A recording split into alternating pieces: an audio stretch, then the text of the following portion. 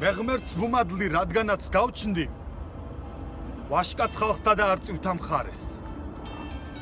თეთქავი გული გაფრენას სლამობს, თვალს რომ შევავლებ მშობლიურ არის.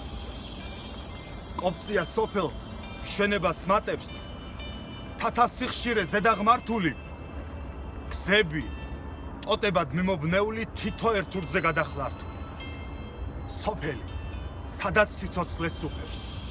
არის მრგვინავი, არის კლდოვანი, არს გუმბათებად ზედაზიდული, ხრამგორაკები ხავერდოვანი.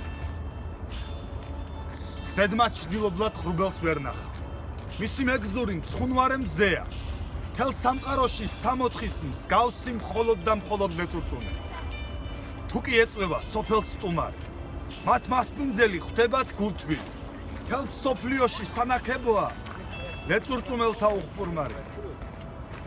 სოფელს ხილზენენ წარსულ ძეგლები, ანძა, სიმაგრე ფერდებკლდოვანი. გამოქვაბული კოსტაისა დათუნ ცაცხვისხე სამასლოვანი.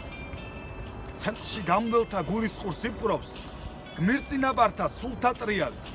იქვე მათ სახელთ უკვდავსაყოფად ხალხთ აღუმართავთ მემორიალი. ტერს უღერებენ აელვებულ ხმლებს, სახელოვანი ჩვენი გმირები. იქ დარაჯობენ თავიანთ სამწოს კობა და ვასილწურწუმიები. სოფლის ცალმხარეს მოიკლაკნება, როგორც მიჯნურთან კეკლუცი ქალი. თებთ წვერვალთაგან გადმონაჟონი მრავალი ღელე, დახობის ხალი. ჩვენში მდინარე ჩანჩქერნი ჭარბობს. მათთაგანია თუნდაც კოტოწყუ. უფალთანა მაქვს მე ერთი თხოვნა, რომ მიდღეგრძელოს ჩემი ჩხოროწყუ.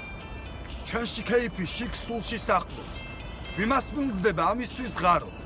ლეწურწუმეა ჩემთვის საუნჯე ჩხოროწყუელნი სიცოცხლის წყარო. თანასოფლელო, მე თქვენით ვსუნთქავ და თქვენგან შორს ყოფ, სულს ეკვრის ბნელი. სიცოცხლეს დავთმობ, გულსაც ვაჩუქებ. ოღონდაც იყოს ლეწურწუმე.